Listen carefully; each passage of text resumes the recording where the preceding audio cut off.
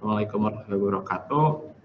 Selamat pagi semuanya, Pak Erwandi selaku narasumber pada pagi ini, lalu ada Ibu Entin selaku dosen teknik kelautan ITB, serta rekan-rekan mahasiswa semuanya. Dan juga saya lihat beberapa ada yang diundang oleh Pak Erwandi ya. Iya, saya waktu itu saya tunjukkan ini loh ada ininya, kalau misalnya tertarik silakan ikut gitu. Oh, Oke, baik ya. Pak. Ya, terima kasih Pak untuk sudah ikut mengundang dan meramaikan juga ini. Jadi sebelum masuk ke materi mungkin saya akan sedikit memberikan pengantar dulu Pak mengenai sebenarnya kuliah ini tuh kuliah apa sih dan kenapa diadakan oleh Teknik Kelautan ITB. Jadi salah satu syarat untuk akreditasi internasional itu adalah kita sebagai salah satu jurusan di teknik itu diminta agar mengajarkan mahasiswanya tentang etika profesi pertama, lalu yang kedua adalah soal mengajar isu-isu kontemporer dalam bidang teknik tersebut. Nah, sebenarnya mata kuliah ini diadakan namanya itu etika profesi dan isu kontemporer bidang teknik kelautan. Salah satunya adalah tujuan untuk menjawab itu. Serta memang kalau dari kami dari teknik kelautan merasanya cukup baiklah jika mahasiswa itu apalagi tingkat akhir. Jadi ini kuliah itu tingkat akhir Pak. Punya wawasan-wawasan terkini soal bidang teknik kelautan sebelum mereka akhirnya lulus dan mudah-mudahan sih kalau tepat waktu tahun depan Pak yang hadir di sini tuh mungkin tahun depan udah lulus gitu. Angkatan 2017. Jadi seperti itu Pak. Jadi ini yang sudah seri ketiga. Jadi pertamanya itu sudah ada Pak Muslim sekitar sebulan lalu ada Pak Aryo bidang hukum laut 2 minggu lalu Pak Erwandi ini yang ketiga Pak. Dan kalau saya lihat bidangnya beragam juga dari satu pembicara ke pembicara lainnya. Yang kali ini Pak Erwandi lebih ke energi terbarukan yang sumbernya itu dari laut. Oke. Saya coba akan share screen ya. Ya, silakan Pak.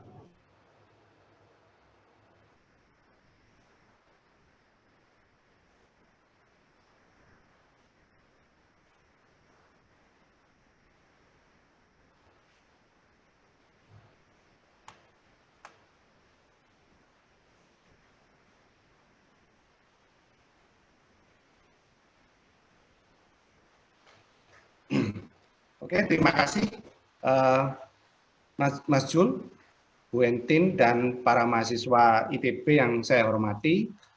Saya mendapat kehormatan untuk diundang oleh ITB untuk memberikan kuliah yang sebenarnya ini rangkuman dari tulisan saya di Kompas tahun 2018 dan ditambah dengan perkembangan terakhir tahun 2019-2020 yang mungkin akan bermanfaat untuk mengetahui apa saja tantangan pengembangan pembangkit listrik tenaga arus laut di Indonesia Timur. Jadi saya di BPT bekerja di Pusat Teknologi Rekayasa Industri Maritim, tetapi saya ditempatkan di Laboratorium Hidrodinamika Indonesia Surabaya di Balai Teknologi Hidrodinamika ya. Jadi dulu Bu Entin sudah bersama-sama mahasiswa pernah datang ke lab saya untuk melihat fasilitas dan ini yang datang Bu Entin sama Pak Ahmad ya yang sekarang di Oxford. Iya Pak rasanya. Dengan Bu Nita rasanya juga Pak kalau tidak salah ya. Iya. Ya rasanya ada Bu Nita juga ya Pak. Nah ini outline presentasi saya yang pertama adalah pendahuluan, kemudian aspek penting dan kondisi objektif di Indonesia Timur, kemudian saya akan cerita sedikit nanti teknologi PLTAL ya pembangkit listrik tenaga arus laut yang dikembangkan oleh BPT, kemudian usulan teknologi untuk percepatan implementasi PLTAL dan terakhir ya kesimpulan. Jadi ini saya ambil dari Rainer Lemoine Institute ya, bahwa tentang island population ya, 11% dari total penduduk dunia tinggal di pulau-pulau. Terutama kayak Indonesia sebagai negara kepulauan, mereka jelas butuh listrik ya. Apalagi PLN di berita terakhir ingin belum mengubah ya, tetapi mulai mengganti pembangkit listrik tenaga diesel yang ada yang melayani pulau-pulau kecil, ya pulau-pulau agak besar dan usianya sudah di atas 15 tahun akan diganti dengan energi terbarukan. Entah itu energi terbarukan dari laut, dari angin, ataukah dari solar PV. Nah, itu sebenarnya menjadi tantangan kita. Kan bisa saja solar PV-nya itu kita, karena kalau tempatnya terbatas, saya pernah lihat di pulau yang sebelah baratnya Biringkasi di Makassar ya, ada pulaunya itu kecil, tapi penduduknya banyak, dipasang solar PV. Nah, solar PV ini ternyata mengambil lahan cukup banyak. Nah, kita mikirkan gimana kalau solar PV-nya itu ditaruh di tempat yang terapung atau sebelahnya laut. Bagaimana menstabilkan solar PV yang terapung itu agar bisa menerima energi dari matahari itu secara maksimum. Nah, itu yang menjadi hal-hal yang perlu kita pikirkan sebagai orang yang berkecimpung di teknologi kelautan. Nah, ini saya langsung aja, sebenarnya ada beberapa potensi energi laut ya. Ada potensi arus laut, ini terutama adalah energi kinetik ya, karena ada aliran arus laut, karena perbedaan pasang surut, itu menyimpan energi namanya hidrokinetik. Tetapi selain energi arus laut, ada energi gelombang, ya, energi potensial. Potensial perbedaan tinggi rendahnya gelombang. Nah, itu karena gelombang menimbulkan gerak respon pada benda yang terapung, kita bisa ngambil responnya di pitchingnya atau di gerak heavingnya, atau yang seperti dikembangkan oleh teman PLN Pak Sam Risaf. Jadi di atas benda terapung itu ditaruh bandul. Pada saat benda terapung itu kena gelombang, dia respon bergerak ya, bergerak pitching ya. Kanan ke kiri itu bandul itu bergerak mengikuti respon itu. Nah, bandul itu yang dimanfaatkan untuk memutar turbin. Nah, aliran arus, nah selain energi gelombang ada juga OTEC ya, Ocean Thermal Energy Conversion, tapi ini begitu berkembang. BPT sudah pernah melakukan kajian dan membuat prototipenya tahun 1982, jauh sebelum energi OTEC itu ini kan kerjasama dengan Prancis waktu itu dikembangkan di utara Pulau Bali. Ya, tapi orang waktu itu mikirnya harga minyak masih rendah, ngapain aneh-aneh mikir energi terbarukan. Nah, ini contoh energi ini contoh video ya. Bisa dilihat ya. Ini arus laut. Ini turbin arus laut kita ada di tengah itu. Waktu itu kita takut, ini aneh nih, kita takut ke ini karena arusnya kenceng, nunggu sampai arusnya tenang. Nah, arusnya seperti ini, itu adalah arus yang ada di Selat Larantuka. Saya sudah nulis banyak paper dan jadi terkenal di seluruh dunia, dan banyak investor datang ingin memasang turbin arus laut di sini. Nah, arus laut itu kebanyakan di selat saya menghadap Samudra Hindia ya. Jadi kalau data ini ya, ini data ini sebenarnya bukan data simulasi numerik, tetapi data hasil asimilasi tinggi permukaan air laut oleh satelit Topex Poseidon sebelum diganti oleh Jason ya.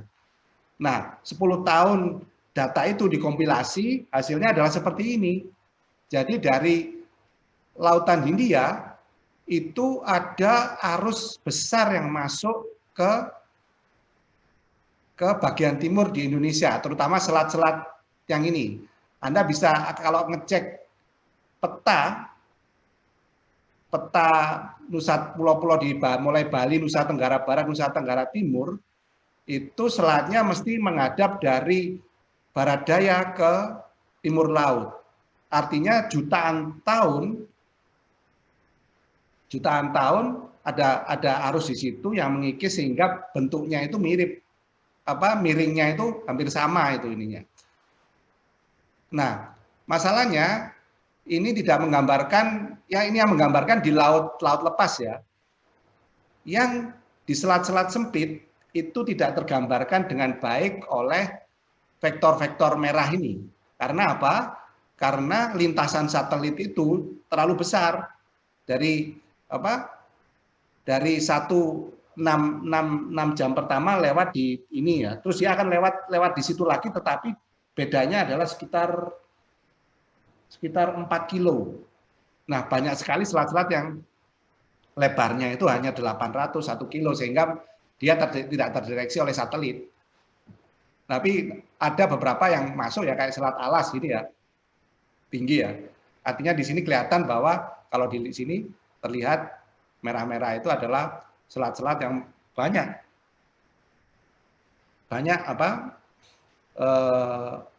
potensinya besar untuk arus laut. Nah, ini saya akan langsung cerita tentang aspek penting kondisi objektif di Indonesia Timur. Nah, aspek penting pengembangan listrik tenaga arus laut itu pertama ya tentu aja aspek ekonomi ya. Terus kemudian aspek kondisi perairannya, kemudian regulasi. Aspek ekonomi macam-macam, ada biaya awal, biaya operasi, bagaimana produksi energinya, tingkat harga dan lain-lain. Nah, ini biasanya banyak sekali. Biasanya kalau bekerja sama dengan PLN, kemudian ini akan banyak sekali diskusi di aspek ekonomi. Nah, yang lain adalah aspek kondisi ya, kedalaman perairan, kecepatan arus, arahnya, jarak dari pantai dan map ocean istilahnya ini ya, gelombang, angin seperti apa. Nah, ini misalnya kaitannya nanti dengan kira-kira apa saja yang dibutuhkan fasilitas-fasilitas pendukung dan fasilitas pendukung, kemudian termasuk juga human resources, sumber daya manusia dan lain-lain. Nah, terus aspek regulasi. Nah, yang di Indonesia Timur masalah yang utama aspek regulasi itu kadang daerah yang potensial, misalnya di Selat Molo ya, Selat Molo itu antara Pulau Flores dan Pulau Rinca yang sekarang lagi rame dengan Komodo itu selatnya sempit, cuma 200-300 meter, arusnya kencang. Tapi daerah itu ditetapkan sebagai daerah konservasi. Atau juga di Nusa Penida, antara Nusa Penida dan Nusa Ceningan. Itu adalah daerah konservasi. Nah, hal-hal seperti itu yang perlu dipikirkan. Kira-kira itu mengganggu enggak? Merusak terumbu karang enggak? Kalau di Indonesia terumbu karang. Kalau yang kemarin dibicarakan untuk rencana tidal bridge ya, ada yang pernah dengar?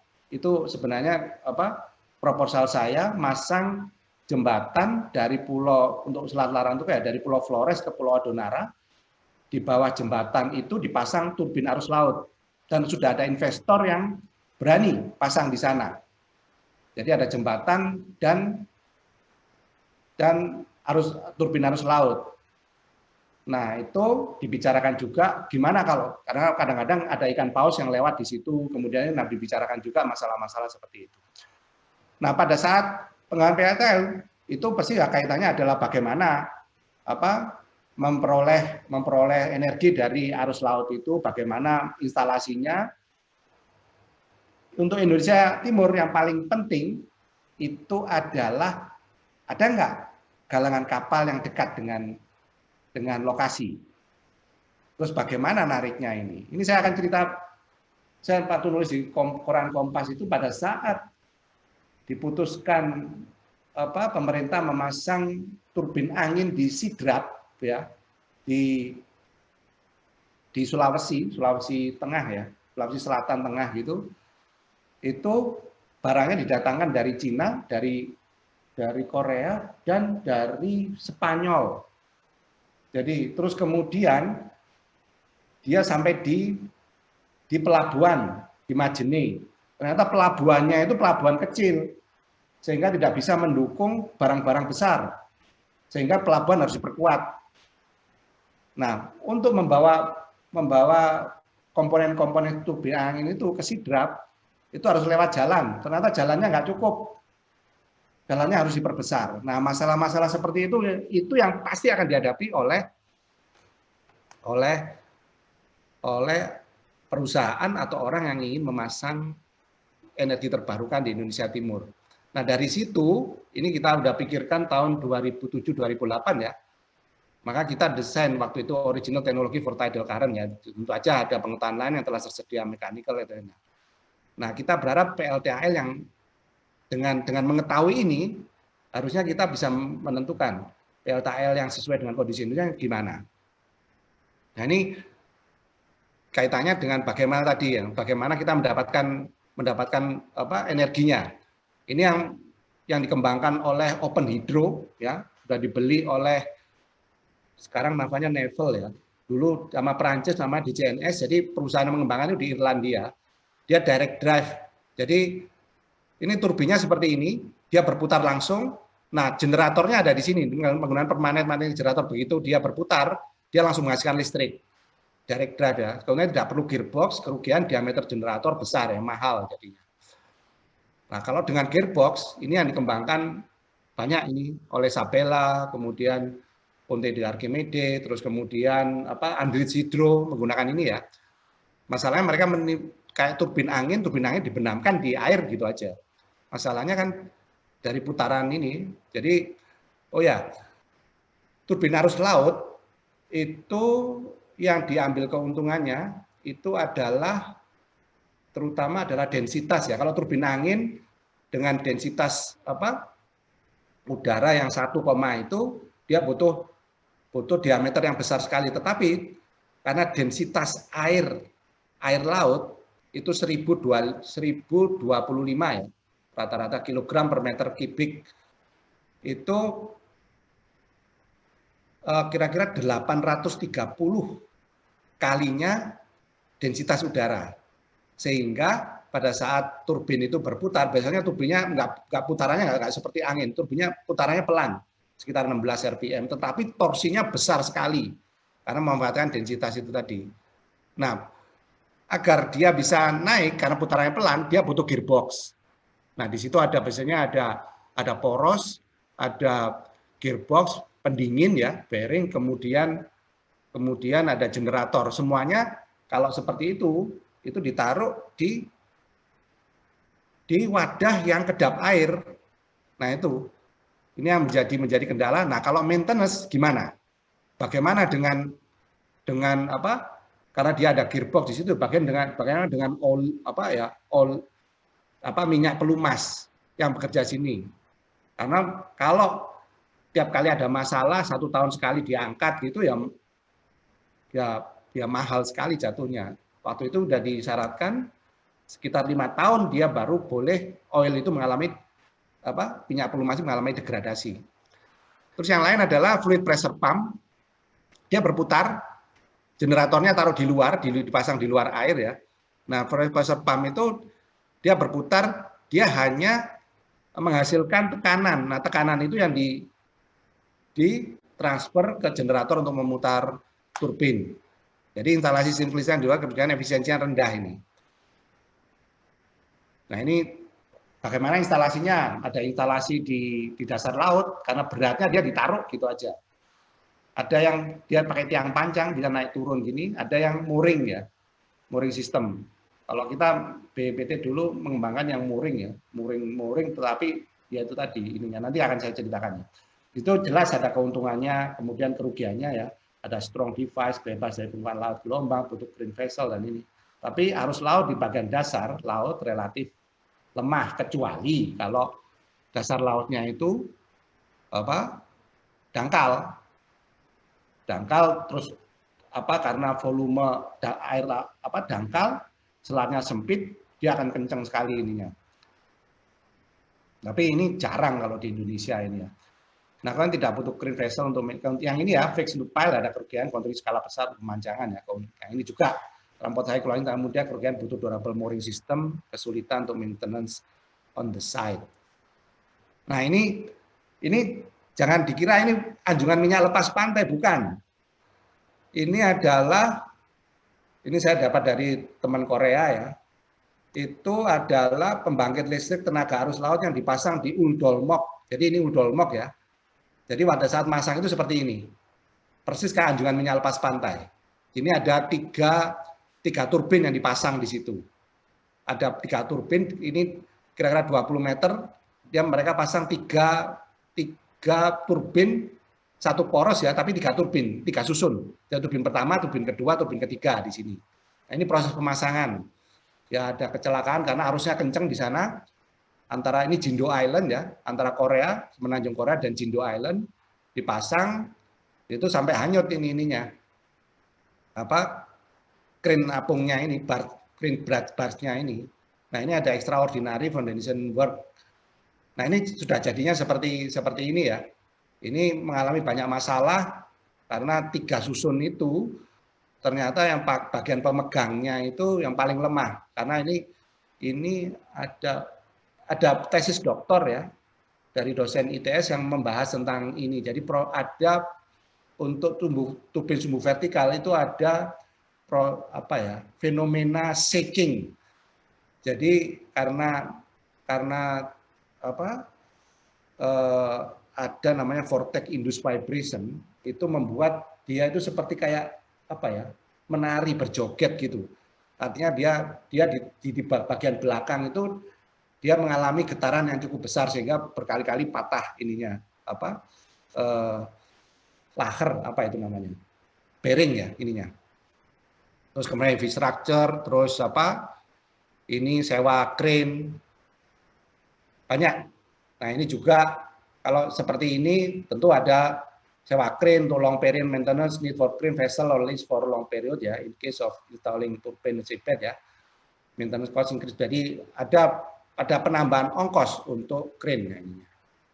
Nah, ini yang saya tadi sebutkan, kalau seperti ini, bagaimana dengan gearbox, bagaimana dengan oil degradation, bagaimana cleaningnya, replace consumable-nya, bagaimana. Nah, itu persyaratannya karena persyaratannya tinggi, kalau bisa minimal 3 tahun ya. Kalau bisa 5 tahun baru diangkat untuk mengganti komponen-komponen yang aus di sini, itu menjadi hal-hal yang menjadi penting. Dan itu akan meningkatkan ongkos ya. Nah, ini kita sekarang bicara tentang kondisi objektif di Indonesia Timur untuk pengembangan pembangkit listrik tenaga arus laut. Yang pertama adalah pulau-pulau besar maupun kecil perlu pasokan listrik, kita sudah tahu ini. Kemudian terutama itu 3T. Kemarin saya diundang Pertamina untuk cerita tentang kondisi di Indonesia ya. 3T, terluar, terdepan, tertinggal ininya. Nah, ini berita baru kemarin tanggal 2 November 2020, PLN akan ubah 5.200 PLTD jadi pembangkit listrik energi terbarukan. Nah, ini kita sudah kerjasama dengan Puslitbang PLN untuk mencari alternatif seperti ini ya. Energi dari bahan bakar cair tergantung pada harga dan transportasi.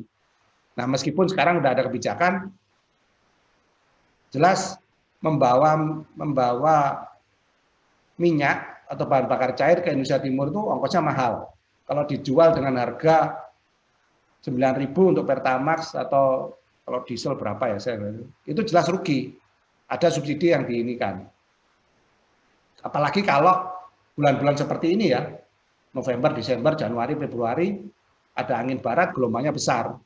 Kadang-kadang pasokan jadi terkendala ininya. Nah, ini hal-hal yang ini. Makanya masalahnya di Indonesia Timur itu infrastruktur untuk perakitan PLTAL minim, fasilitas pendukung, crane berth minim atau tidak ada. Industri pendukung kebanyakan ada di Jawa. Nah, ini persis kayak kemarin jembatan Holtekam itu yang dipasang di Papua. Itu kan buatnya di PT PAL, terus baru dibawa ke ini. Nah, waktu tahun 2014 sebelum pemilihan presiden kita, saya waktu itu belum tahu ya, apa presidennya siapa, apakah waktu itu belum tahu, kandidatnya aja juga belum tahu ya. Awal-awal 2014 saya diundang oleh Dewan Ketahanan Nasional yang dulu zamannya Orde Baru menyusun Repelita itu. Nah itu kita waktu itu mengusulkan ada fasilitas kemaritiman. Waktu itu kita ngomong tentang program memperbesar Bandul Nusantara. Dan kita nggak tahu ternyata program itu masuk ke PDIP, ke Jokowi. Hingga Jokowi bilangnya sebagai tol laut ya, poros maritim.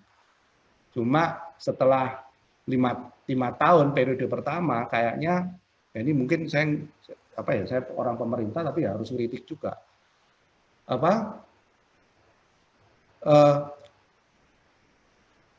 Tahun periode kedua ini program yang dulu disebut sebagai poros maritim dunia itu saya anggap udah wafat duluan sebelum lahir.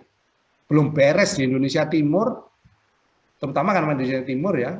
Waktu itu cita-citanya kita udah masukkan ya, kalau bisa ada klaster industri perkapalan di Indonesia Timur. Mungkin yang dikembangkan pertama adalah klaster industri perkapalan di Makassar, kemudian ke Sorong, atau digabungkan misalnya dengan proyek-proyek yang lumayan besar, kayak misalnya proyek di Impact ya, Impact Masela. Itu kan sebenarnya besar, dan itu adalah kesempatan. Ya waktu itu memang ada saya terlibat juga, ada bukan pertentangan, ada yang ini, apakah Impact Masela itu floating LNG ataukah ya offshore ataukah onshore? Mungkin teman-teman di Teknik Kelautan ITB mengikuti itu, karena saya yakin waktu itu yang terlibat adalah waktu zamannya Rizal Ramli itu teknik fisika ya, tahun 73. Teman-teman itu banyak yang membicarakan itu. Waktu itu kita usulkan setelah melihat fasilitas yang waktu kita BPT terlibat pada pengujian floating LNG bekerja sama dengan Marine Belanda. Tapi waktu kita melihat bagaimana dibutuhkan fasilitasnya yang cukup besar, terus kemudian ada fenomena side by side. Kalau floating LNG di tengah laut, terus kemudian ada kapal LNG yang datang, itu kan istilahnya side by side ya. Jadi dua kapal besar yang berdekatan itu kalau kena gelombang berbahaya gerakannya. Apalagi satunya memuat LNG yang begitu bocor langsung bisa meledak. Nah, untuk kapal LNG-nya dibutuhkan tugboat yang kapasitasnya besar dan tidak ada di Indonesia. Waktu itu kita mesti datangkan kalau nggak dari Singapura ya dari Korea, jadi mahal. Tapi sebenarnya waktu itu kita pinginnya ngambil kesempatan, itu kesempatan untuk mengembangkan galangan kapal juga di Maluku atau dekat-dekat di pulau di Maluku Tenggara ya, dekat-dekat dari situ. Karena dibutuhkan waktu itu kalau dihitung butuh 625, saya masih ingat angkanya, 625 supply vessel untuk melayani floating LNG itu. Tetapi karena Presiden Jokowi mudah memutuskan onshore, itu sebenarnya nggak ada masalah. Tetap aja onshore butuh FPSO, butuh floating LNG yang besar, tapi FPSO yang kecil, fasilitasnya, logistiknya pasti butuh kapal banyak. Nah itu pasti butuh galangan kapal. Nah ini yang belum ada. Di luar itu, nah karena kita kerja di laut, standarisasinya dan regulasi yang ketat. Nah ini standarisasi regulasi yang belum ada untuk turbin arus laut ya. Untuk sertifikasi untuk alat, personil maupun prosedur belum ada. Nah ini saya ambil dari bukunya Iperindo, ini sebaran industri galangan dan pengungsi lepas pantai. Hampir semuanya ada di bagian barat Indonesia, di Jawa, yang di Sumatera itu di Batam ya, terus kemudian Riau ya, ada di Dumai dan lain-lain. Kalimantan dikit ada di Samarinda, Balikpapan ya ininya. Nah di Nusa Tenggara Barat itu enggak ada. Itu ngikut di Maluku. Kalau di Sulawesi ada di Makassar ya, ada PT Industri Kapal Indonesia, PT Unggul Sejati Abadi, PT Sarana, jadi ada ini, tapi memang kapasitasnya kecil. Nah di Jawa Timur cukup maaf.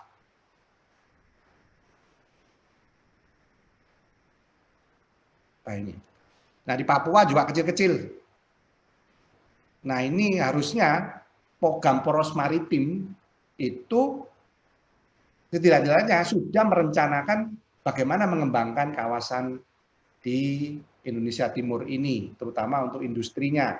Nah, sebenarnya penariknya harusnya dari impact Masela atau yang di Papua itu di Bintuni itu sebenarnya bisa menarik juga untuk pengembangan klaster galangan kapal. Nah, ini kawasan ekonomi khusus yang sudah disusun peta sebagai dengan kawasan ekonomi, ternyata kawasannya kalau yang di Indonesia Timur itu tidak mengikuti ini ya, ada industri berbasis hasil tambang, industri berbasis SDM teknologi. Nah ini karena galangan kapal itu adalah SDM dan teknologi, yang ini yang belum dipikirkan. Ini hasil tambang, apalagi sekarang ya, pemerintah PLN juga itu mulai beralih dari untuk selain energi terbarukan beralih dari pembangkit listrik tenaga diesel menjadi kayak biodiesel dan LNG. Jadi sekarang sudah didesain ya, termasuk BPT ikut mendesain kapal mini LNG ya, dengan ininya untuk ngangkut LNG. Nah masalahnya sampai sekarang belum ada. LNG itu kalau udah diangkut mau disimpan di mana? Padahal di luar negeri ya untuk pengembangan itu mulai ada bunkering ya, bunkering untuk menyimpan LNG itu juga belum ada. Nah ini kondisi yang ada di Indonesia. Nah ini contoh infrastruktur ya, pelabuhan Larantuka ini kecil semua, enggak bisa kalau begitu. Ini ada barang besar-besar itu persis kayak di Majene, begitu barang-barangnya besar datang, pelabuhannya cuma kecil gini, nggak cukup tempatnya ininya. Pengalaman saya waktu memasang turbin arus laut di Larantuka, begitu ini pelabuhan Larantuka ya, begitu pontonnya saya taruh di sini, ternyata nggak bisa dimuat di truk di sini. Panjangnya, ini kan panjangnya cuma berapa? 3,5-4 meter ya. Ponton saya panjangnya 8 meter. Nggak bisa ngangkut. Bingung jadinya. Padahal kita cuma mau ngangkut, ini pelabuhannya di sini, kita ngangkut ke sini sekitar 1 kiloan ya, dari posisinya ini. Nah ini, setelah melihat tadi ya, ini kaitannya yang ditanyakan oleh Mas Julfauzan tadi, tentang kegagalan penerapan teknologi luar. Jadi seperti yang saya bilang tadi, kalau ingin studi tentang ini bisa baca, bisa download ya. Laporan saya Independent Evaluation Promotion Transfer Marine Current Exploitation Technology in China and Southeast Asia. Itu UNIDO tahun 2015, pakai kata kunci Erwandi UNIDO gitu ada ini. Nah, masalahnya yang ingin dipasang oleh UNIDO itu adalah proyek dari Italia ya, Ponte di Archimede. Jadi proyek Enermar ya. Bentuknya di sana itu bentuknya bulat, langsung dipasang ini. Terus untuk masang turbinnya ini ya, itu dia diangkat pakai kren. Seperti ini atau dia disangga untuk fixnya ya, disangga, ditaruh di disangga tapi ada kren yang ngangkat itu. Nah, itu akan dipasang di Selat Alas. Ini saya udah wanti-wanti tahun 2008. Tolong pikirkan fasilitas pendukung yang ada di sana. Nah, ini yang kejadian. Akhirnya kita cuma pinter jadi bikin monumen. Jadi yang dibuat, ini dibuat di Carita Boat di Bojonegara di mana di Serang ya. Itu bentuknya cuma diubah karena kalau bentuknya bulat seperti yang asli seperti ini itu mahal karena harus ada alat untuk membuat platnya itu melengkung ya. Nah ini dibuat lurus kotak seperti ini tapi prinsipnya sama. Nah di bawah ini, nah ini ya, ini bawah ini detailnya ada di sini. Itu tempat turbinnya terpasang. Nah, untuk ngangkut dari Serang ke ini pelabuhan haji ya Lombok Timur, itu mereka pakai truk dibagi jadi 3, sukses di sini, terus dirakit lagi. Masalahnya begitu sampai di sini baru mikir ngangkat ini pakai apa? Loh, gimana sih ini? SOP-nya kan harusnya sudah udah bilang. Mereka gampang kan. Krennya ini kan beratnya 35 ton. Butuh kren yang sekitar 40 ton atau 50 ton. Akhirnya malah telepon saya. Itu cari kren di mana? Mungkin cari di Pelabuhan Lembar, di Ampenan ya. Di Lombok, di Ampenan. Nggak ada. Cari di Benoa, Bali, nggak ada juga. Adanya di Surabaya. Nah, Surabaya ongkos sewanya aja satu hari sudah 180 juta untuk floating barge, untuk floating crane ya. Nah, padahal ini harus diangkat untuk masang ini porosnya, ini ibunya. Nah, terus kemudian bagaimana juga masang ininya ya, pemberatnya ini, jadi jangkarnya ini yang jangkarnya yang tadi disebutkan tadi di jangkar ini ya. Ini ada banyak. Terus kemudian ada uang anggaran DIPA dari Kementerian Ristek Dikti untuk beli tali, beli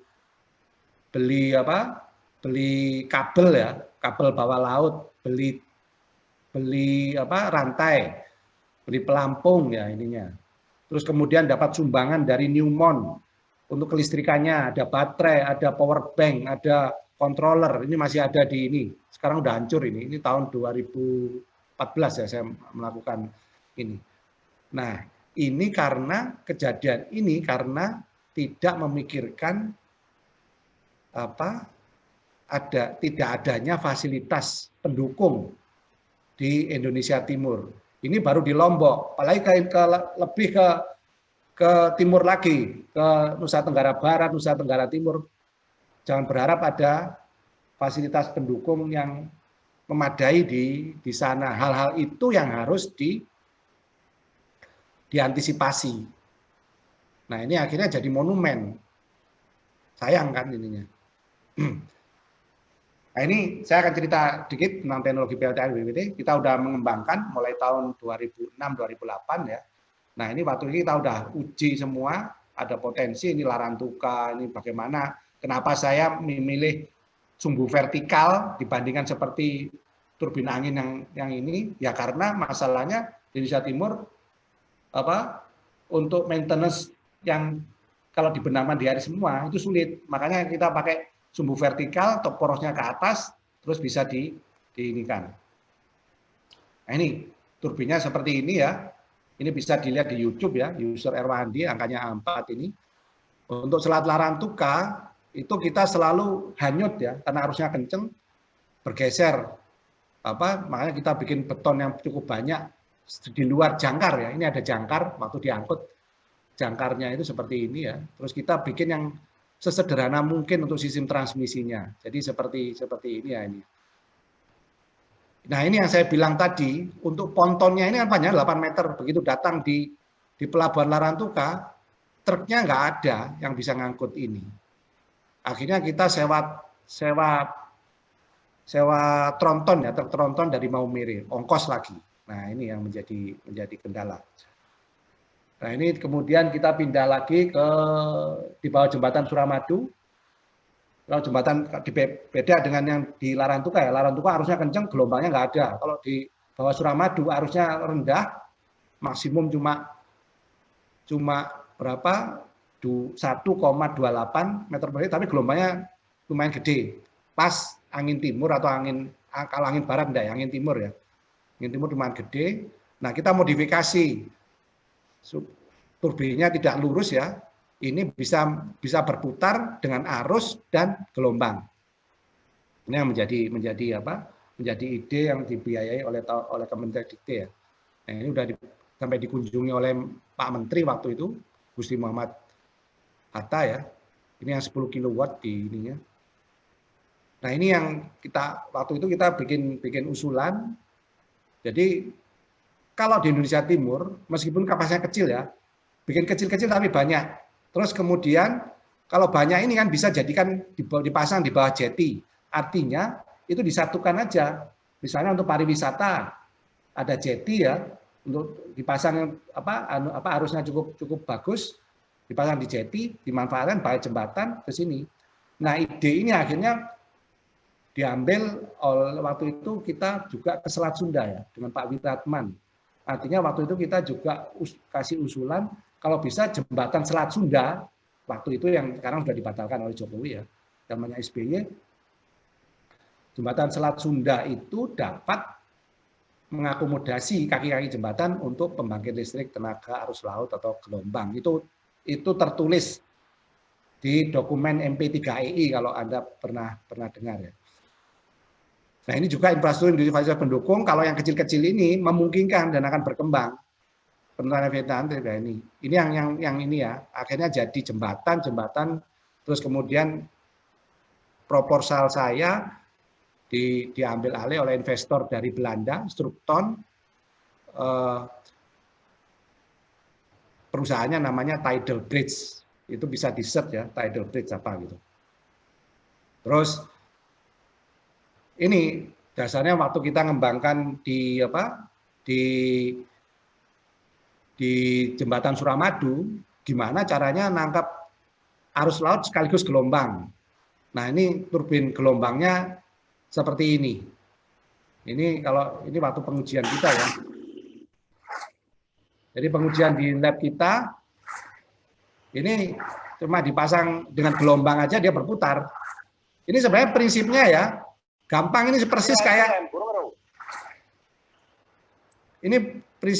kayak kipas angin yang dipasang di restoran atau di apa itu loh. Yang ini ya terutama kuncinya ada di sini.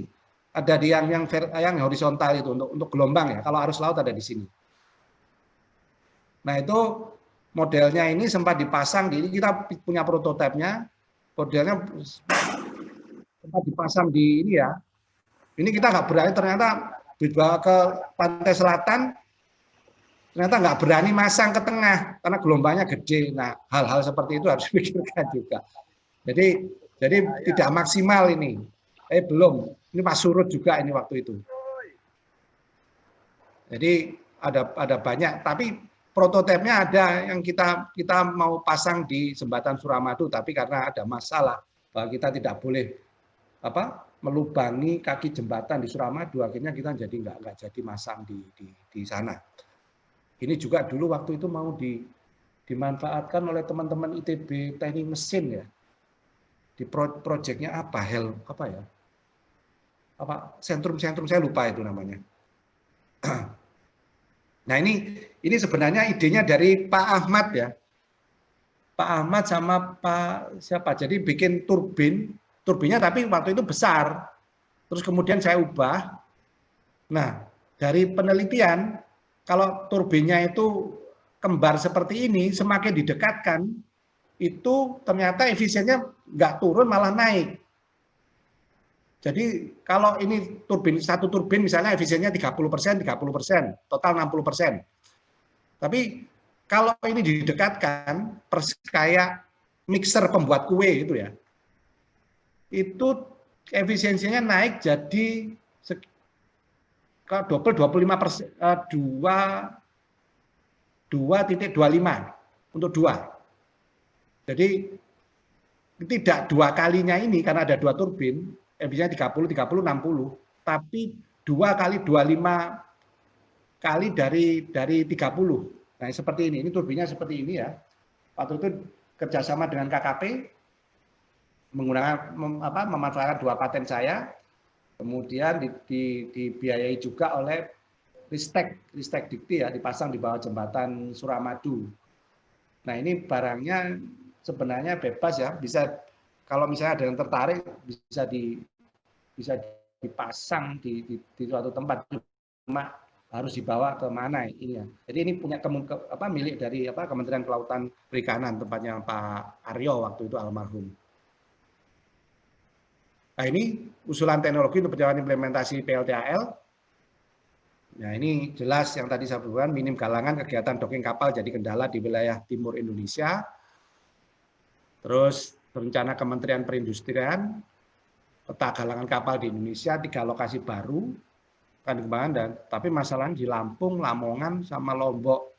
BW terlibat untuk rencana klaster industri kapal di Lamongan, tapi Lamongan ini ternyata sudah dikuasai lahan yang rencananya untuk klaster industri perkapalan sudah dikuasai oleh orang lain, sehingga ini gagal. Kalau Lampung itu terkait dengan proyek obor yang investornya dari Cina, One Belt One Road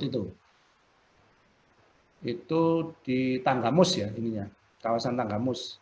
Nah, ternyata kalau yang di ini kawasan ekonomi khusus ini, nah ini yang belum dikembangkan. Sampai sekarang belum ada rencana apapun yang ada di ini. 26% berkonsentrasi di Batam, Kepulauan Riau. Jadi ini yang menjadi kendala. Ya, bayangan saya itu akan didukung oleh program poros maritim dunia itu, tapi kelihatannya sudah selesai enggaknya. Nah, ini usulan Selosi Teknologi Tempat Jawa Tengah, pembuatan kapal khusus ya untuk alat angkut, instalasi dan maintenance pembangkit listrik tenaga arus laut. Nah, ini yang kita harapkan waktu itu pada saat perencanaannya direncanakan oleh Tidal Bridge untuk membuat jembatan yang dicantoli turbin arus laut, itu semuanya didatangkan dari Korea sama Cina. Jadinya mahal, pembuatnya di Korea. Ini padahal saya sudah usulkan ada galangan kapal IKI di mana di Makassar, ada galangan kapal PT PAL di Surabaya. Kalau Anda telah melaksanakan ini dan itu nggak memenuhi TKDN, ya stop aja. Nah, untungnya di PLN ada kendala. Waktu itu kita udah nggak setuju, ada kendala. PLN itu ya boleh punya aset distribusi ya, kabel-kabel yang di ini sama pembangkit. Tapi ada aturan yang ini ya, ini kan satu ya, ada jembatan, ada turbin yang dicantolkan di bawahnya. Nah, PLN itu nggak ada urusan dengan jembatan. Nggak mungkin ada duit yang dikeluarkan PLN untuk diaturan ya. Tidak ada duit untuk maintenance jembatan misalnya gitu. Nggak boleh. PLN nggak boleh punya aset jembatan. Makanya itu ada urusannya dia dibuat perusahaan lain atau anak perusahaan yang ngurusi jembatan. Tapi aneh gitu ya. PLN ngurusi jembatan itu. Itu yang menjadi pertanyaan yang menjadi ribut waktu dibicarakan di Kementerian PUPR, Kementerian ESDM, PLN dan Menko Kemaritiman. Kapal dengan PLN, kapal ngangkut komponen PLN dengan fasilitas galangan kapal di Indonesia Barat, Ukraina. Ini sebenarnya yang saya kuningkan itu adalah solusi jangka pendek. Kalau jauh panjang ya ini harus mempersiapkan galangan kapal, pergudangan, pelabuhan, mempercepat pembentukan klaster industri perkapalan yang diintegrasikan dengan rencana eksploitasi blok Masela dan pengembangan perikanan dan kapal pembangkit kecil di Maluku Tenggara. Nah, ini contoh kapal khusus ya. Ini di Anu sudah berkembang sekali ya. Jadi untuk turbin angin mereka masangnya seperti apa? Ada kapal yang bisa diangkat ke atas seperti ini. Nah, ini kalau itu mau dikembangkan harusnya di Indonesia Timur ya kayak seperti ini. Nah, ini contohnya untuk ngangkutnya langsung seperti ini ya, diangkat seperti ini untuk ngangkut itu. Nah, ini sebagai bahan bacaan. Ini tulisan saya di Kompas Cetak 5 September EBT di Indonesia Timur. Jadi apa yang saya ceritakan tadi itu hampir semua ada di sini, ada strategi bangun EBT dan lain-lain ya. Ininya. Nah, ini kesimpulannya. Perkembangan PLT tidak dapat dibilang dari pembangunan sektor maritim di wilayah instalasi PLT membutuhkan sarana fasilitas penduduk yang sama dengan penyediaan fasilitas di laut ya. Selalu fokusnya pada energinya. Tapi bukan. Halo, bisa dengar ya? Sempat putus-putus, Pak. Halo. Fokusnya pada. Halo? Ya, sempat putus-putus, Pak. Ya. Ya, udah jelas lagi, Pak. Ya.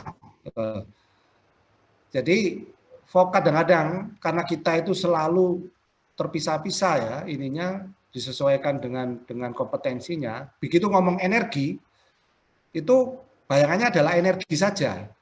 Tapi kalau kita ngomong energi di Indonesia Timur, itu sebenarnya adalah masalah logistik, masalah kemaritiman, bukan masalah energi saja. Tanpa logistik, tanpa kemaritiman, tanpa supply chain, nggak bakalan energi itu jalan. Nah, itu kaitannya dengan kapal khusus pasca crane piling adalah solusi teknologi jangka pendek, bukan untuk jangka panjang. Nah, ini klaster industri perkapalan di Indonesia Timur itu yang penting. Demikian, terima kasih banyak atas perhatiannya. Wassalamualaikum warahmatullahi wabarakatuh. Waalaikumsalam warahmatullahi wabarakatuh. Wah, baik sekali Pak Wandi, terima kasih banyak Pak sudah sharing. Kalau saya boleh merangkum sedikit dalam beberapa kalimat, jadi sebenarnya untuk pengembangan energi terbarukan, terutama untuk arus laut ini sudah cukup banyak sebenarnya di Indonesia, terutama kalau di Indonesia itu daerah yang jadi salah satu yang jadi uji cobanya itu di daerah Larantuka. Ini Buntin masih di sini kan ya? Karena ada kemarin juga ada kan ya Bu ya, mahasiswa tingkat akhir yang topiknya itu untuk meneliti arus laut di daerah Larantuka.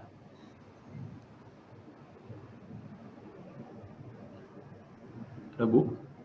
Ya, yang saya ikut menguji di daerah Bali rasanya, daerah Bali. Ya? Jadi kami masih terbatas pada ini Pak Erwandi, jadi pada pemodelan untuk mengetahui arusnya dan kemudian melihat potensinya. Jadi dengan masukan dari Pak Erwandi ini, kami mestinya bisa lebih mengembangkan lagi Pak. Jadi teknologinya sebetulnya sudah ada ya Pak ya. Ini kendala-kendalanya justru fasilitas pendukung ya Pak untuk merealisasikan ini. Karena mahasiswa banyak yang bertanya Pak pada kami itu. Jadi ini kita studi-studi tentang potensi dan seterusnya kok belum terdengar gitu ada penerapan dari teknologi ini. Jadi kami dapat masukan yang luar biasa nih dari Pak Erwandi. Sebetulnya sudah ada ya Pak ya, BPPT dan pemerintah itu sudah melaksanakan ini, mungkin belum terdengar Pak. Jadi dengan Zulfiksan, jadi baik sekali nih kita mengundang Pak Erwandi. Jadi kendalanya jadi lebih jelas gitu Pak ya. Iya Pak. Nah, makanya kalau nanti misalnya mengembangkan yang kecil-kecil aja dulu, masalahnya ya masalah pengangkutan, mobilisasi, pemasangan, itu akan banyak kendala itu. Ada cari kapal yang bisa ngangkut itu agak sulit di sana, bagaimana mereka ininya. Ya, setuju Pak, jadi kecil-kecil banyak begitu aja Pak ya, kalau jumlah jambleh kecil banyak daripada gede. Satu lagi. Dan sulit, ya. Satu lagi yang mungkin tadi nggak kamu ungkapkan, banyak investor datang ke Indonesia, ya pasti kontak ke saya, apakah itu Mitsubishi Heavy Industry, Andritz Hydro, Alstom, terus kemudian Open Hydro. Mereka selalu menawarkan yang kapasitasnya besar, 1 megawatt, atau kalau enggak 700 kilowatt gitu yang ininya. Tapi memang kalau 1 megawatt itu sampai sekarang masih pengembangan dari 700 kilowatt. Jadi kalau dilihat di EMEC ya, European Marine Energy Center yang di Orkney Scotland itu mereka ternyata mengembangkan dari yang sudah dipasarkan, mereka berani bilang ya itu siap untuk komersial itu 700 kilowatt. Tapi begitu dibesarkan dari 700 kilowatt menjadi 1 megawatt, itu banyak sekali kendalanya. Sampai sekarang belum ada yang berani ini. Mereka untuk bilang sampai 700 kilowatt itu butuh 7 tahun ya. Dari mulai masang sampai berani ngomong itu komersial. Nah, yang menjadi masalah di Indonesia itu selalu saya tanya mereka, itu barangmu segede itu cut-in speed-nya berapa? Jadi cut-in speed itu kecepatan arus minimal yang membuat turbin itu berputar. Semakin gede barangnya, berarti momen of inersianya kan semakin gede. Artinya untuk memutar itu butuh tenaga gede. Ya kayak kita dorong mobil kecil, satu orang bisa bisa segera bergerak ya. Tapi kalau kita dorong truk satu orang, itu nggak mungkin, butuh 2-3 orang. Itu sama aja dengan turbin ya. Nah turbinnya itu kalau udah gede, butuh cut-in speed yang tinggi. Artinya kebanyakan mereka selalu tanya, kalau Cobalt itu 2,8 meter per detik. Nah kalau yang 1 megawatt atau 700 kilowatt itu butuh 3,2 meter per detik. Nah kalau kita cek di grafik arus lautnya, kayak Larantuka aja ya, paling ekstrim ya, itu 3,8 meter per detik. Tapi 3,8 anggap aja dia semi diurnal, dua kali pasang surut dalam 1 hari. Dan kalau kita cek itu kecepatan 3,8 itu berlangsung hanya 1 jam. Di luar itu dia akan mulai naik turun, kan sinusoidal ya, naik turun gitu. Paling maksimal 2 jam. Untuk kecepatan di atas 3. 2 jam, nanti dia akan turun di bawah 3. Lah kalau ada 2 puncak, 2 lembah dalam 1 hari, kalau cuma 2 jam untuk turbin yang cut-in speed-nya 3 meter per detik, berarti dia cuma 1 hari bekerja berputar menghasilkan listrik itu cuma 8 jam loh. Rugi.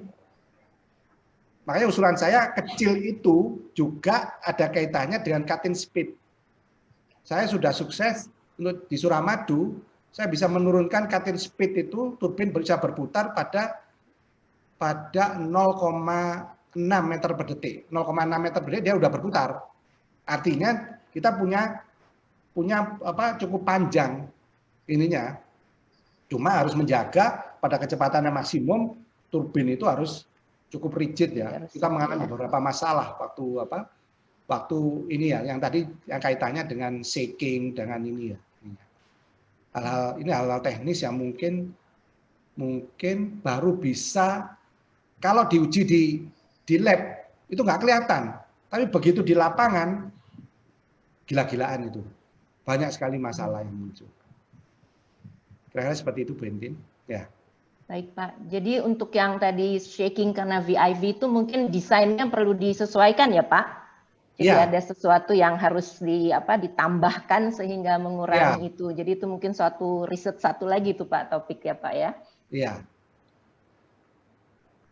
Mungkin ada sedikit pertanyaan nih Julfitan kalau diizinkan. Ini saya masih berpikir Pak, kalau sudah di generate itu listriknya, lalu jaringan untuk ke pemakainya tuh bagaimana ya Pak? Itu dulu kalau di Larantuka itu bisa dilihat di videonya ya, di YouTube itu kita menggunakan kabel biasa waktu itu karena cuma berapa ya, dari pinggir pantai cuma 80 meter dari pinggir pantai.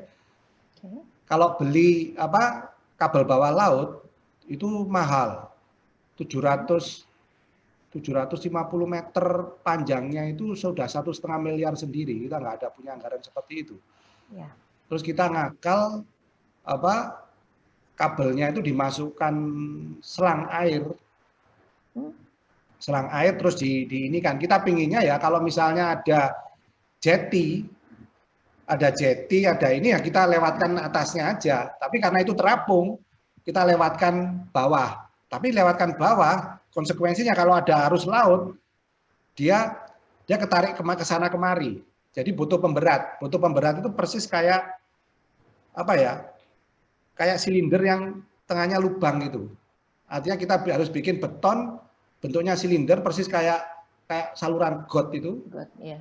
Kita masukkan kayak gitu. Tapi dia nggak boleh bergulung-gulung gitu. Itu juga kejadian yang di Earth nih, apa yang kita alami itu juga dialami oleh yang punyanya Andritz ya, Andritz Hydro yang pasang di sana, yang punya Hammersveld ini ya. Ininya kabel bawah lautnya itu terpuntir gara-gara dia terbawa arus ke sana bolak-balik gitu. Jadi kepuntir-puntir enggak karu-karuan. Sehingga ini rusak ininya. Ini yang banyak sekali ini ya. Artinya kita apa yang kita sharekan itu di jurnal Australia waktu kita bicara tentang shaking itu juga dialami oleh peneliti di Australia. Pada saat kita ngomong kabelnya itu lari ke sana kemari gitu, ternyata juga diaminin sama orang Aquaterra yang ada di Aberdeen ya, Aberdeen Scotland. Ya itu yang kita alami juga. Artinya problemnya general, itu yang mesti segera ini. Tapi makanya saya ingin kalau mungkin itu dipasang di jeti atau jembatan atau ini, sehingga listriknya itu bisa langsung ke atas, langsung tidak lewat bawah laut, tapi bisa dicantolkan di jeti. Seperti itu Bu Enti. Terima kasih Pak. Terima kasih Pak Erwandi. Mungkin berikutnya dari mahasiswa. Sementara saya batasi 2 pertanyaan dulu. Silakan bagi yang ingin bertanya bisa langsung sampaikan melalui mikrofon, atau kalau ragu mungkin jaringan yang kurang baik bisa lewat chat. Silakan, kami masih ada waktu dari mahasiswa.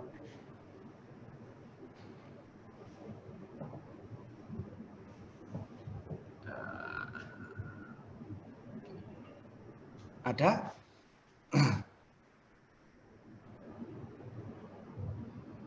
Belum terlihat, masih mikir-mikir balik Pak.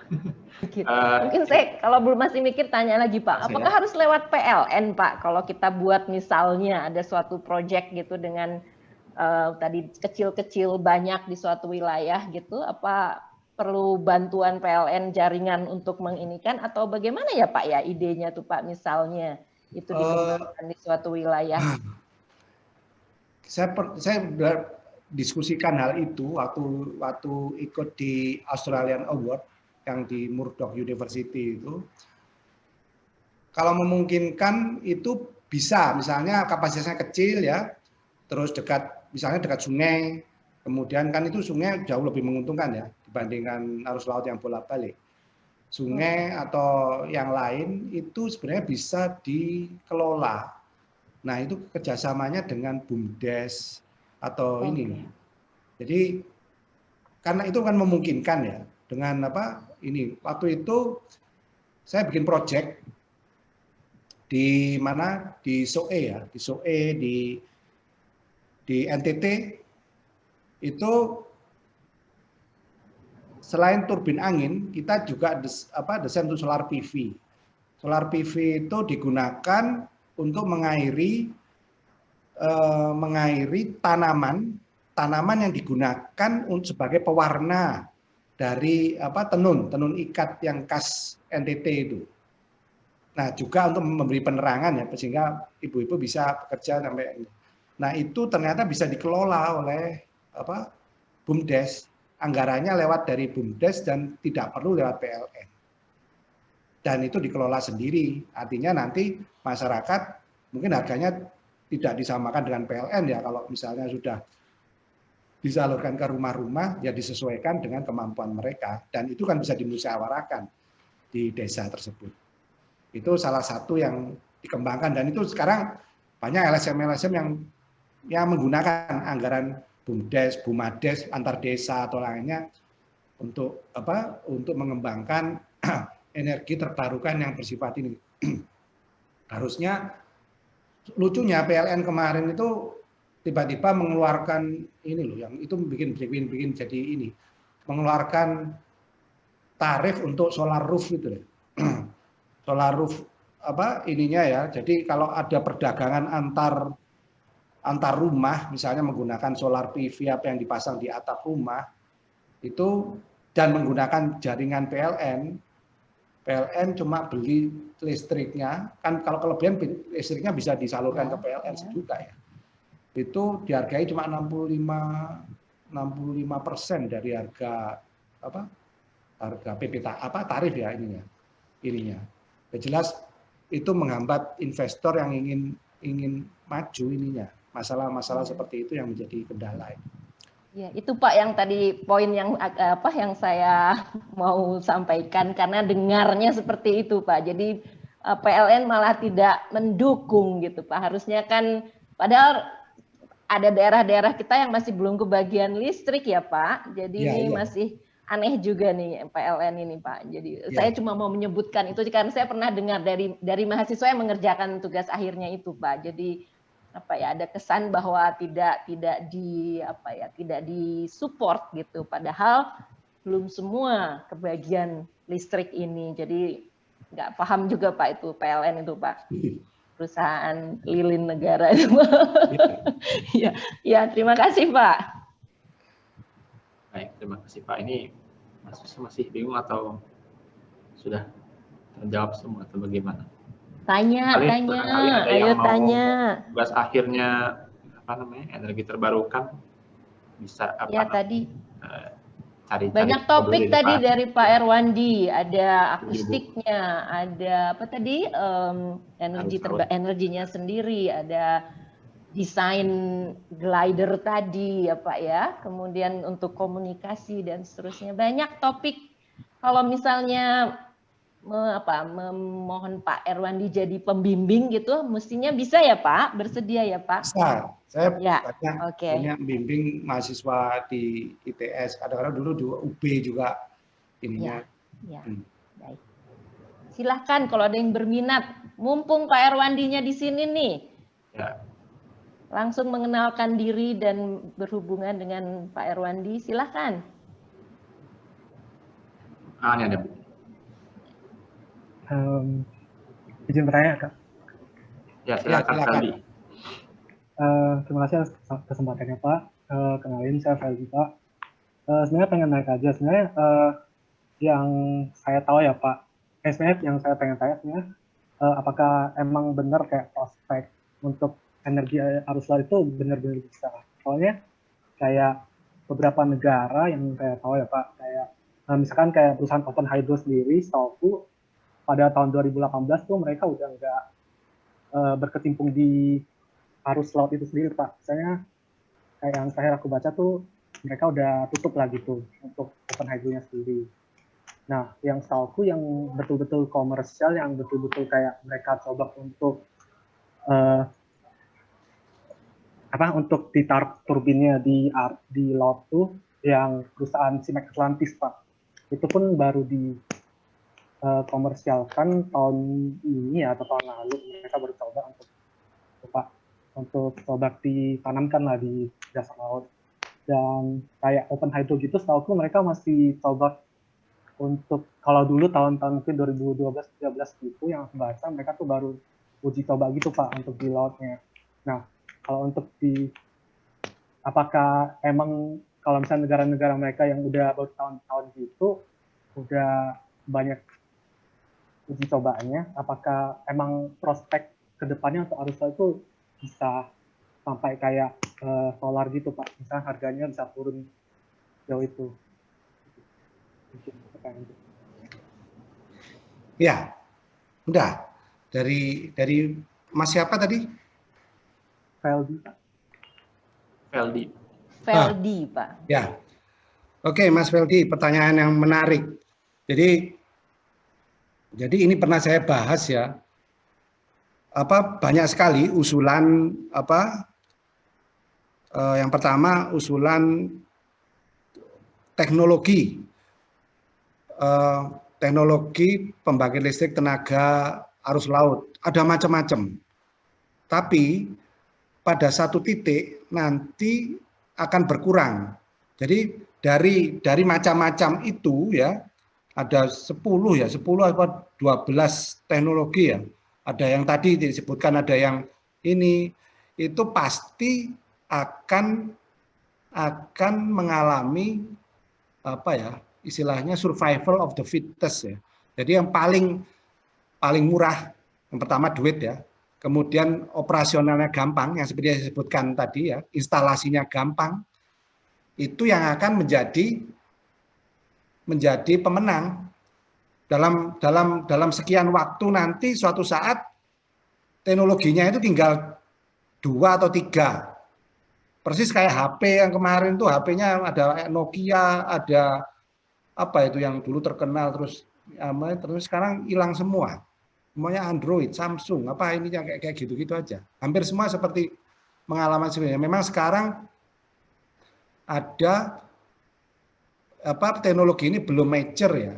Apakah itu punya Andritz ya, mereka nggak ngembangkan lagi karena kemungkinan ini bukan Andritz, Open Hydro itu dulu dikembangkan oleh Irlandia, perusahaannya juga Open Hydro ya, kemudian dibeli oleh DCNS Prancis, sekarang berubah menjadi namanya Naval ya, ininya Naval Energy. Jadi dia masarkan itu, dan mereka sudah bikin perusahaan di Indonesia, namanya AIR ya, Arus Indonesia Raya, PT AIR. Itu yang bikin ya teman-teman dari ITB juga sebenarnya, lulusan ITB ininya. Nah, kenapa itu tidak ini? Karena barangnya, instalasinya sulit, apalagi kalau di Indonesia. Indonesia itu ya kita punya potensi, tetapi ya tadi yang saya ungkapkan tadi, butuh perlakuan khusus. Kalau enggak, harganya akan mahal sekali dibandingkan dengan listrik yang dihasilkan. Listrik yang dihasilkan itu enggak gede amat, cuma dia akan renewable dan sustain gitu loh, dan berkelanjutan ininya. Jadi ada banyak yang kita bisanya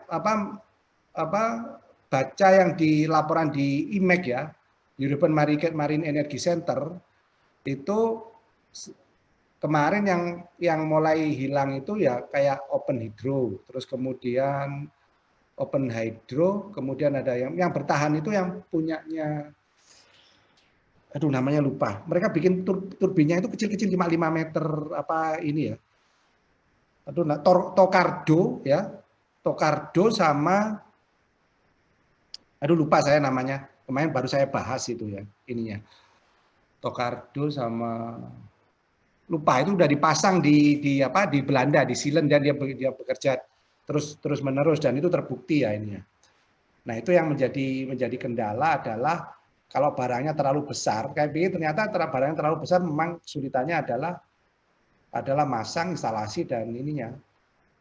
Dan juga kita tahu kalau di laut itu udah langsung begitu kita menggunakan teknologi, selalu kerja di laut itu padat risiko yang pertama. Karena padat risiko, maka risk density ya, artinya risikonya besar. Untuk mengatasi risiko besar itu butuh teknologi yang tinggi, teknologi yang mahal, teknologi pokoknya teknologi yang handal gitu ya. Otomatis karena untuk mengatasi teknologi yang handal, ya jadinya mahal. Selalu seperti itu. Itu yang akan menjadi pertimbangan-pertimbangan. Dan memang sekarang banyak sekali ininya, tapi suatu saat akan mengerucut jadi ininya. Nah, kalau kita bisa mendesain turbin inilah yang sesuai dengan Indonesia, gampang masangnya, gampang maintenance-nya, murah, itu Anda sudah jadi pemenang itu ininya. Kuncinya ada di situ. Karena kita mengetahui kondisi Indonesia, makanya saya usulkan kecil tapi banyak. Kalau misalnya pemerintah sedang menggalakkan pariwisata apalagi kalau di Indonesia Timur, pariwisatanya pasti pariwisata laut, pariwisata bahari ya ininya. Pasti butuh jeti, butuh dermaga. Nah, kenapa kita nggak manfaatin aja sekalian jeti dan dermaga itu sebagai tempat untuk renewable energy? Ada yang pernah ke ini ya? Saya sebenarnya usul dulu pernah ke TPBBM Banyuwangi, terminal bahan bakar minyak di Banyuwangi, sebelahnya penyeberangan Gilimanuk, Ketapang Gilimanuk. Itu mereka pasang jeti ya, memanjang itu untuk kapal tankernya Pertamina. Di bawahnya sebenarnya bisa dipasangin turbin arus laut ininya, karena arusnya kenceng juga di Selat Bali itu. Cuma kemarin waktu kita mau pasang sudah dikasih standar bahwa ada zero incident, nggak boleh, alat-alat itu harus punya standar, tidak boleh memercikan api gitu. Nah, ini yang menjadikan mahal, sulit jadinya. Tapi Hal itu bisa digunakan sebagai contoh kalau kita menggunakan misalnya sekarang contohnya Selat Molo, karena sekarang pinginnya kan apa wisata komodo di Labuan Bajo itu dibesarkan seperti Bali. Tanah sepanjang di Labuan Bajo yang ke arah selatan, ada yang pernah ke Labuan Bajo. Arah selatan sisi Flores itu sudah dikuasai investor semua. Mereka belum bisa pasang belum membangun hotel, tempat peristirahatan dan lain-lain di sana karena belum ada listrik dan air bersih. Itu masalahnya. Waktu itu kita usulkan menggunakan listrik dari arus laut Selat Molo digabungkan dengan mungkin kalau angin sulit ya, dengan diesel atau solar PV kita hibridkan, bisa itu sebenarnya. Sekarang belum dikembangkan ya karena masalahnya listrik sama air bersih belum ada. Nah kalau ada listrik kan bisa pompa air. Gitu ya kira-kira Pak. Terima kasih. Pertanyaan terakhir kalau ada, silakan dari mahasiswa.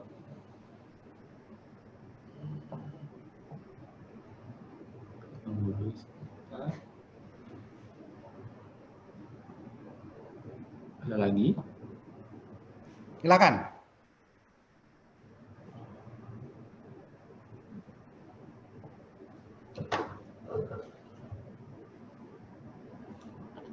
Oke, mungkin kalau gitu singkat saja dari saya. Ada pertanyaan sedikit. Pak, ini kalau saya pernah belajar renewable energy dulu, ada dua aspek dari renewable energy itu yang paling penting. Yang pertama adalah price to performance. Jadi berapa harga yang dikeluarkan untuk performa yang dapat. Yang kedua adalah survivability. Jadi seberapa tahan si pembangkit listrik tersebut bisa bertahan di lapangan. Kalau dari pengalaman Pak Irwandi sendiri, mungkin tadi sudah disebutkan beberapa jenis yang pembangkit listrik tenaga arus itu. Kira-kira udah ada yang cocok belum? Misalnya yang ini yang paling cocok gitu, atau masih kondisional, atau mungkin minimal ada yang ini yang model seperti ini yang mestinya dieliminasi, maksudnya jangan dipakai lagi di Indonesia, terus kayaknya kalau risetnya jangan diprioritaskan untuk yang model ini. Jadi Pak Irwandi mungkin sudah ada pengalaman Pak. Untuk kondisi Indonesia ya, yang pengalaman saya itu biasanya saya mencari ya, itu kerjasama dengan P3GL yang di Bandung itu, pusat P3GL di Jalan Junjunan itu itu lupa saya.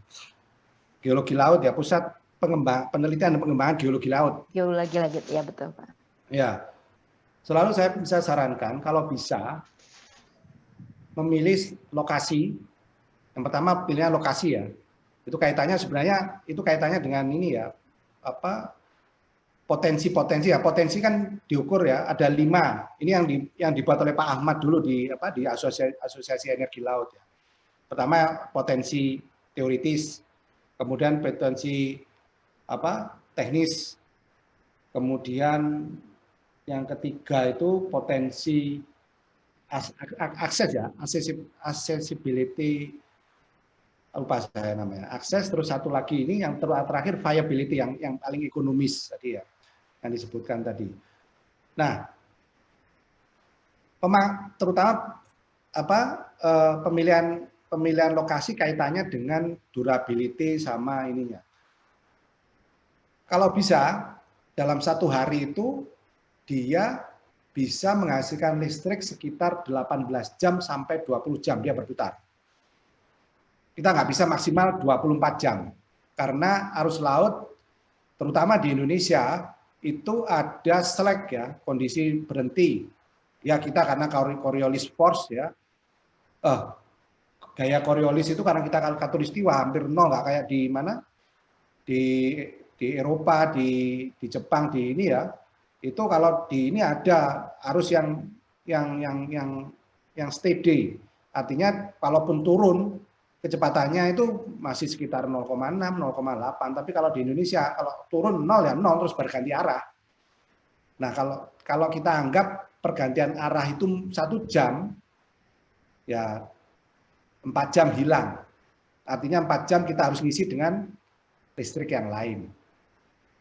Nah, itu kaitannya dengan, nah kalau kehandalan ya, mana yang ini, saya masih tetap lebih gampang mengontrol turbin arus laut sumbu vertikal ya di Indonesia ya.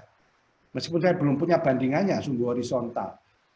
Tapi di situ saya sudah bisa mengetahui mana komponen yang perlu saya ganti dalam 3 bulan pemakaian, 6 bulan pemakaian, dan pemakaian. Nah, ini waktu itu yang kemarin 6 bulan sampai 1 tahun ini yang belum tuntas.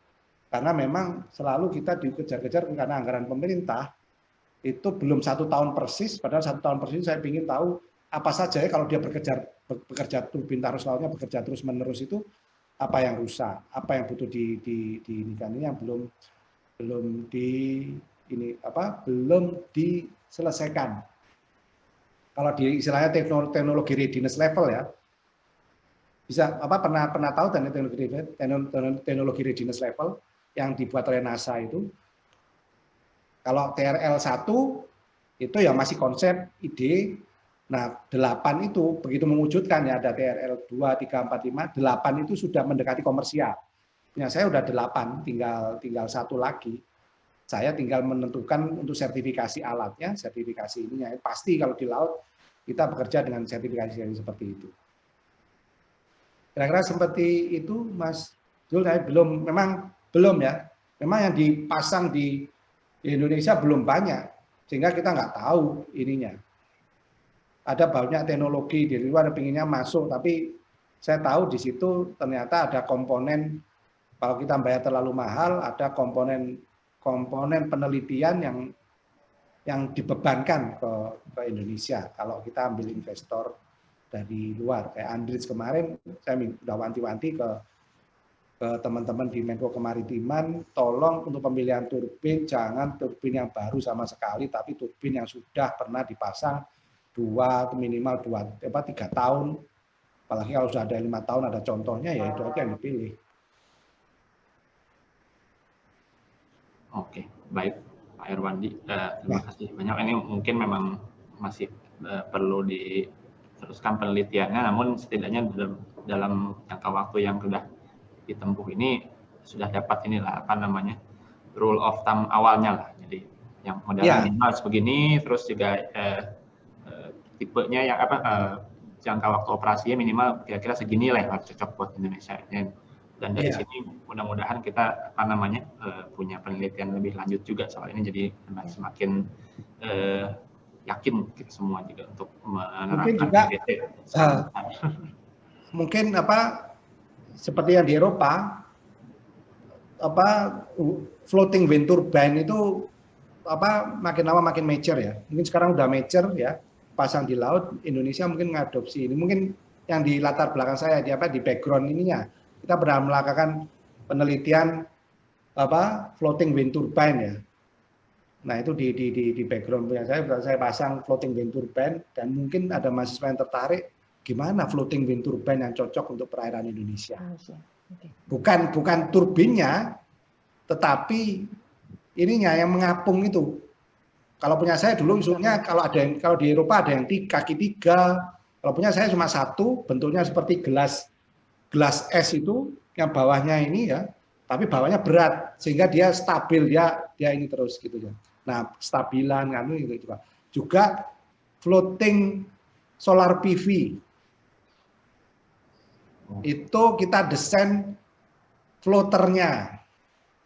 Itu penting itu juga. Artinya ya kita nggak mengembangkan teknologi renewable energy baru, tetapi renewable energy yang ada gimana kalau diterapkan di negara kepulauan seperti Indonesia seperti itu. Artinya nggak perlu lahan. Sama seperti yang kita kembangkan, saya terlibat juga dengan PT DI pesawat N219 yang tipe amfibi yang bisa mendarat di air. Ininya nanti nggak perlu landasan, nggak perlu jalan tol ya, karena mahal, nggak perlu airport, dia bisa mendarat pinggir pantai, enak. Seperti itu kira-kira. Silakan. Satu lagi Pak, sedikit aja Pak. Ini jadi apakah kita sudah bisa Pak buat sendiri, kemudian juga nanti spare partnya itu kita juga sudah bisa. Kemampuan itu sudah ada Pak. Mungkin saya tadi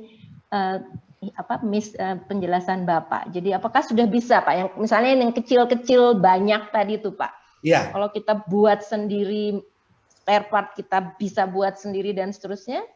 Apakah sudah begitu Pak kondisinya? Iya. Kalau yang ini tadi ya, kalau kita perlihatkan komponennya itu ada kalau punya saya yang terapung, ponton, kemudian bilah turbin, radial arm, poros, terus kemudian ada bevel gear ya, gearbox, itu semuanya sudah bisa. Saya pengalaman saya udah bisa beli di Indonesia dan ada yang buat bevel gear juga gitu. Akan sulit ya ininya. Ternyata saya cari-cari ada yang buat.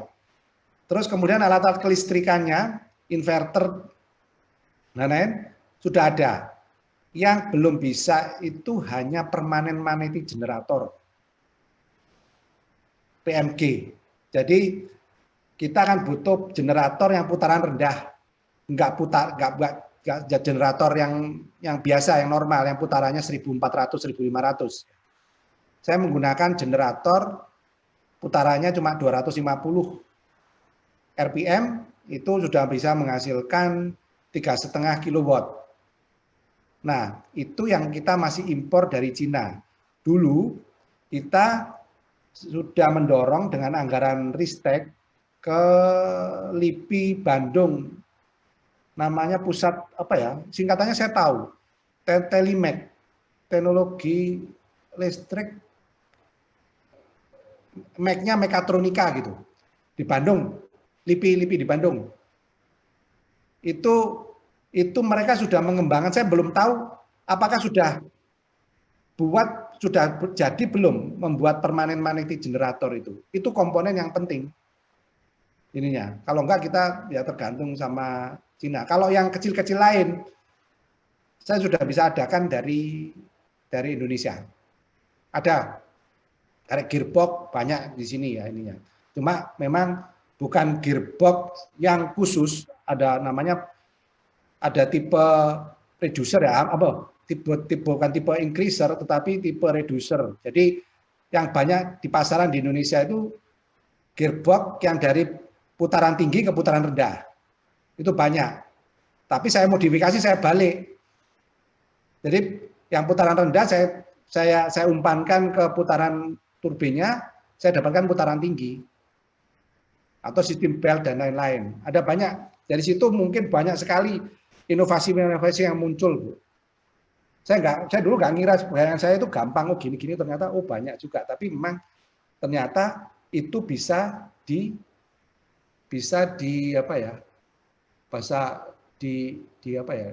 kalau bahasa Jawanya dipikirkan sehingga bisa terwujud gitu. Ada Biasanya banyak orang Indonesia pandai Pak mengakali sesuatu itu. Kita ahlinya Pak. Bongkar ya, kemudian kita buat lagi ya Pak ya. Baik, terima kasih Pak. Ya, terima kasih Pak. Ya. Baik, terima kasih Pak. Mungkin berhubung waktunya juga sudah dekat tengah hari dan ada beberapa yang harus kuliah lagi. Jadi sepertinya kita cukupkan dulu Pak sesi kali ini.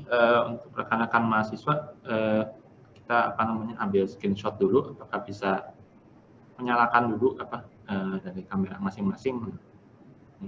Ini mahasiswanya ada kok Pak, jadi tidak mungkin ragu mau bertanya tadi. Tadi perkembangan belakangan ini memang yang meneliti soal arus dan dilanjutkan ke EBT buat tingkat akhir sedang cukup meningkat ya Bu ya.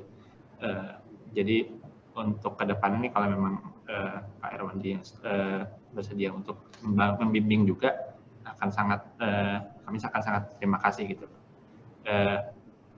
Untuk kontak nanti bagi teman-teman yang minat nanti silakan kontak Pak Erwandi aja, nanti bisa lewat saya dulu kalau memang kontaknya. Nah, sebentar saya mau ngambil screenshotnya.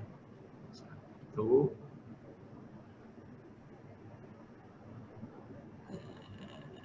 Bentar, masih menyala-nyala ini webcamnya.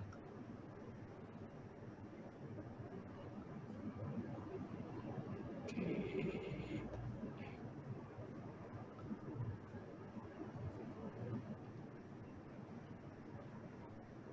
Dua.